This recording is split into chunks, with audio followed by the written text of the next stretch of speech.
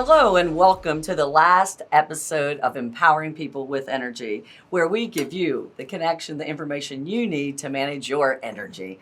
Today is our last episode, and we thought it would be so appropriate before the season of Thanksgiving and gratitude to talk about something very important, our economic development and growth. Today, I'm so honored to have Jon Barela, the CEO of Borderplex, who has been in so many roles growing economic development. And before that, you were New Mexico's economic development director or something. I want to hear about you. Well, I'm blessed to be a native of the region. I was born and raised in Las Cruces. And Kelly, let me just tell you how much of a pleasure it is to be here, first of all. Great. And went off to college on the East Coast and was a recovering lawyer, Kelly. As we both are. As we both are. So we have that in common, and this is why she's such a genius and does a great job leading El Paso Electric. But yes, I was Economic Development Secretary for the state of New Mexico. I was honored to do so under Governor Martinez. All right. Did that for 6 years, and at that time we had a special focus on the border and on international trade. And under Governor Martinez's leadership in our department, trade quadrupled over the course of 2 short years. Wow. So we focused heavily on the border. We recognized that the border area was vital to economic growth, private sector growth in New Mexico. And then after that stint, I became CEO of the Borderplex Alliance, and I've been doing that now for 6 years, and it's been a true blessing. Tell our viewers a little bit about Borderplex. I was saying I was meeting with a group of people talking about economic development, and when they think about that, they think of like chambers and other entities, but really Borderplex is a special entity. It doesn't focus just on one part of our region, it focuses on our entire region. Tell our viewers a little bit more about Borderplex. We are privately funded. We rarely take government money. And to my knowledge, we are the only privately funded economic development and Wow. policy advocacy group in the entire country. We focus, of course, on recruiting economic-based jobs Right. to our region, and also focus on policy advocacy, pan-regional issues like trade and immigration that are so important to our economic growth. One thing I have been really impressed with since I've been here is the common vision. The business, Borderplex, the city, we have a vision that's pretty big for our region. First, let's define what do we consider our region? Well, the Borderplex region is defined as El Paso County, Ciudad Juarez, and my home county, Doña Ana County, New Mexico. 2.7 million residents.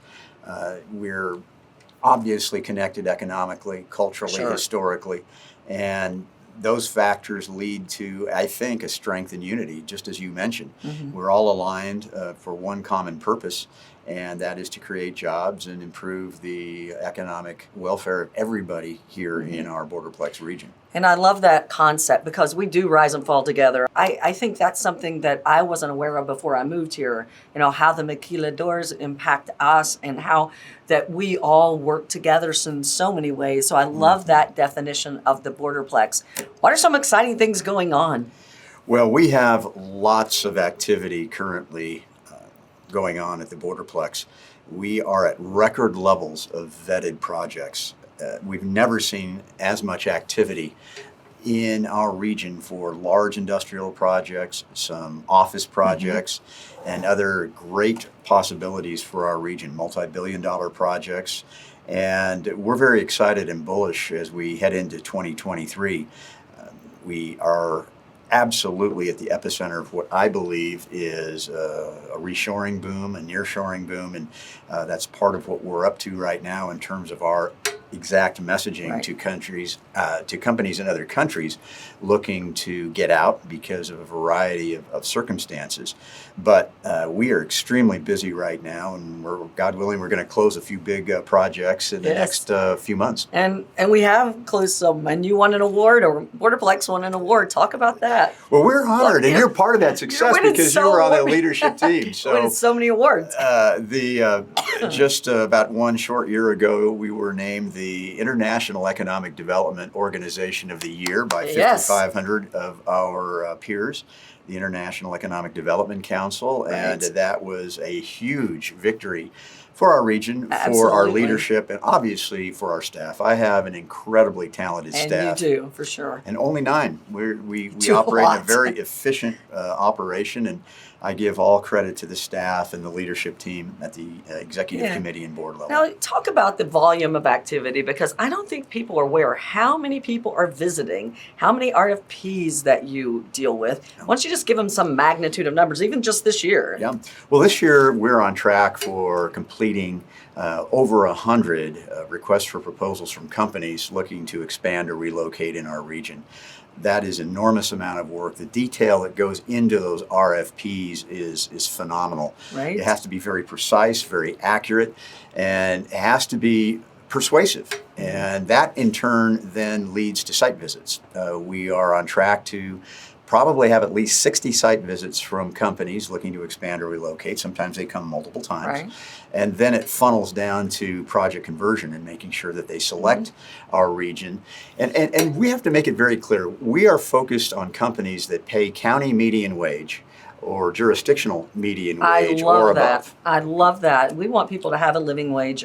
El Paso Electric changed their vision this year to really focus on economic development and economic prosperity in our region, individual and collectively. And I think your focus on having wages or attracting companies that provide wages, that provide people with some level of prosperity is so perfect. 87% I saw were manufacturing jobs.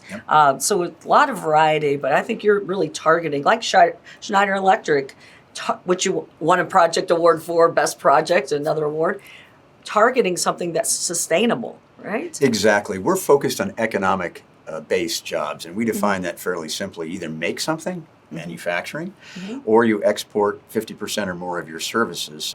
Our region is a manufacturing powerhouse. We are the 5th largest manufacturing hub in North America. Glad you brought that up. And we're closing in on being the 4th largest manufacturing hub. We're only 11,000 jobs short of the New York metropolitan area for being the 4th largest manufacturing hub in North America. I believe, I always say this, I'm always very careful. I believe that, and this is a prediction, not a promise, I believe in the next few months we will eclipse the New York metro area for that honor. Yes, number let's 4. stop right there, because I think sometimes we think of ourselves in too small. You know, like I think we have to expand our vision of not just who we're going to be, but who we are right now. I mean, to be that manufacturing hub, really chasing the tail of the New York metropolitan area. I mean, that is great. And you mentioned before, you know, if there's 375 manufacturers or maquiladoras in Juarez, that there's a percentage of that always comes across the border. And I just want us to continue to see ourselves bigger and bigger and bigger. Why don't we just underscore for our audience, why do people want to come here? What are we selling to the world? Well, we're selling a geocentric location, first of all, a location with very few risks. We don't have earthquakes, tornadoes, hurricanes, and the like. We are a very competitive region when it comes to taxes and cost of doing business. We have among the world's most productive workforce here, a young, talented, trained and trainable workforce. That's what people are looking for. Finally, and this is to compliment El Paso Electric, because El Paso Electric has been an absolute vital partner in our economic development efforts. If we do not have reliable and cost-competitive energy for some of these large industrial projects, we will never have a chance at getting them. All these things have to line up. And for everyone who's listening to this podcast, it's a complex business that we're in. And if all of these things don't line up perfectly, we will not land the projects. But electric reliability and cost-effective electric reliability is absolutely crucial. And El Paso Electric plays an incredibly important role in that. More and more companies are looking for green energy suppliers. El Paso Electric is a leader in that, certainly in the top quartile, of top 20% actually, quintile of CO2 emissions. Y'all have really done a great job on that. Coal-free. All of this is hugely important when we talk to companies that are looking at expanding or relocating. You know, it's funny because when we had Uri and there was such human loss and economic loss, it was so sad, and we were able to stay in power. I was actually at the Texas Business Leadership Council yesterday, and they were talking about why was El Paso Electric Empower, and everyone believed it's because we're not NERCOD. It was because we weatherized 10 years before, which other utilities are doing now, and that we have fuel diversity, which you mentioned. We have renewables, but we also have nuclear. We have, if one fuel's out, we can use another. But I'm glad you mentioned it, because I don't think people recognize that we're half the carbon footprint in Texas and a third of the carbon footprint in New Mexico of other utilities, and that we have right now 270 megawatts, 115 are just on rooftops. We have 270 megawatts coming on the grid. We have another 100 right now. Our audience can sign up and get on the wait list for community solar, and we also have in the works a business community solar. So we always have to look at reliability, affordability, and sustainability. And when we talk to the folks you bring in, that's what they want to hear, all three. Absolutely, and congratulations. El Paso Electric, #1 in reliability in the state of Texas. Yay! So it's absolutely fantastic. And that's a good point to sell. Now, I want to go back to something you said about our workforce, because I heard this term I hadn't heard before at the conference, but they were talking about our workforce, not only bilingual, bicultural, but they had this term called, we're sticky. We're sticky. What does that mean? Yeah. Well, first of all, we're blessed to have a very young and dynamic workforce. If you were to take our area, the 2.7 million residents in the Borderplex region, and place them anywhere, at least in the United States, we would rank as one of the youngest demographic profile. The average age of an individual here in our region averages, when you take the three jurisdictions, averages right around 27, 28 years of age. The aspect of stickiness is important. That is, will our students, will our young people stay if we are able to afford them the opportunity of working here? And the simple answer is yes. Our culture is that we prefer to stay. Some of us want to go, like me. I left to college and but you came back. Right, we always call it the boomerang. We have so many at El Paso Electric too, right? Yes, exactly. And there's nothing wrong with that. And that's part of stickiness too. Individuals that go away for college or graduate school, or alternatively work several years perhaps in another area of the country, but they always come back. So stickiness is elastic too. Right. I want to emphasize the point of elasticity when it comes to that term stickiness. Yes, we want to capture our young graduates once they graduate from our institutions of higher education or community colleges here, but we also get them on the way back. What would you say to our audience that we all can do to help sell our region? I think that the thing we can be most proud of when we travel the country is just simply to be proud of where we're from. The other factor is that we have to, as a region, again, being born and raised in this area, we have to really think of ourselves as globally competitive. And we sometimes think of ourselves as being a small area. We're not. We're 2.7 million people united together. If you took those 2.7 million people and plopped it in the middle of the United States, it would be the 19th largest metropolitan area in the country. We are not a small community. Keep saying that. We are not a small community. So we need to think globally. We need to attract these global companies that will invest hundreds of millions, billions of dollars into our region. And those are the projects that we're going after now. And we're seeing some success. I can't promise that we're going to have a parade of these, but we are fighting, as you well know, Kelly, you know some of these projects. We're fighting very hard to land one or two of these major projects that would be transformative for our region and for our city. And I know we have lots of confidentiality, but there's two that you're chasing that are big, and there's all sizes. But you know, we have some real opportunity right in front of us right now. You know, I always use sports analogies, and we are in the final four, really the final two for a couple of these projects that would be transformational. Again, I can't promise. I always try to temper expectations. He does. But we are getting in. 6 years ago, we weren't seeing these opportunities. But we're seeing these projects at least progress to a point where we're in the final four. We're in the final two.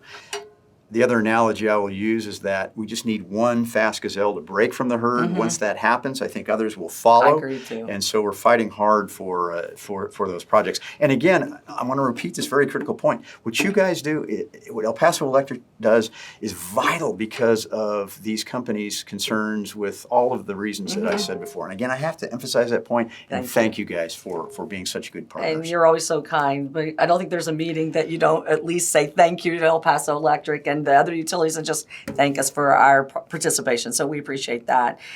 I will leave you with this. The quality of life and the improvements that we're seeing in El Paso is phenomenal. Downtown revitalization, young workforce, great place to live in terms of weather. I talked about the confluence of opportunities that we now see. We need to stay the course.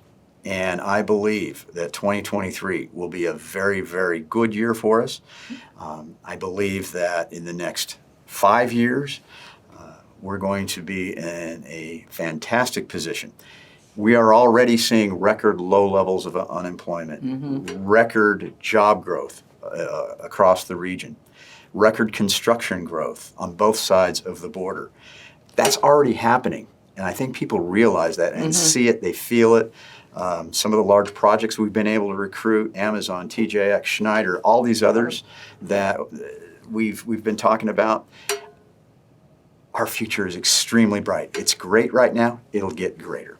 If you've liked our episode today, stay tuned for next year where we're going to bring you something new and different. But if you have liked today and you want to share the good news with other people, like us, share us wherever you do your social media, and stay tuned where we promise to empower you with energy.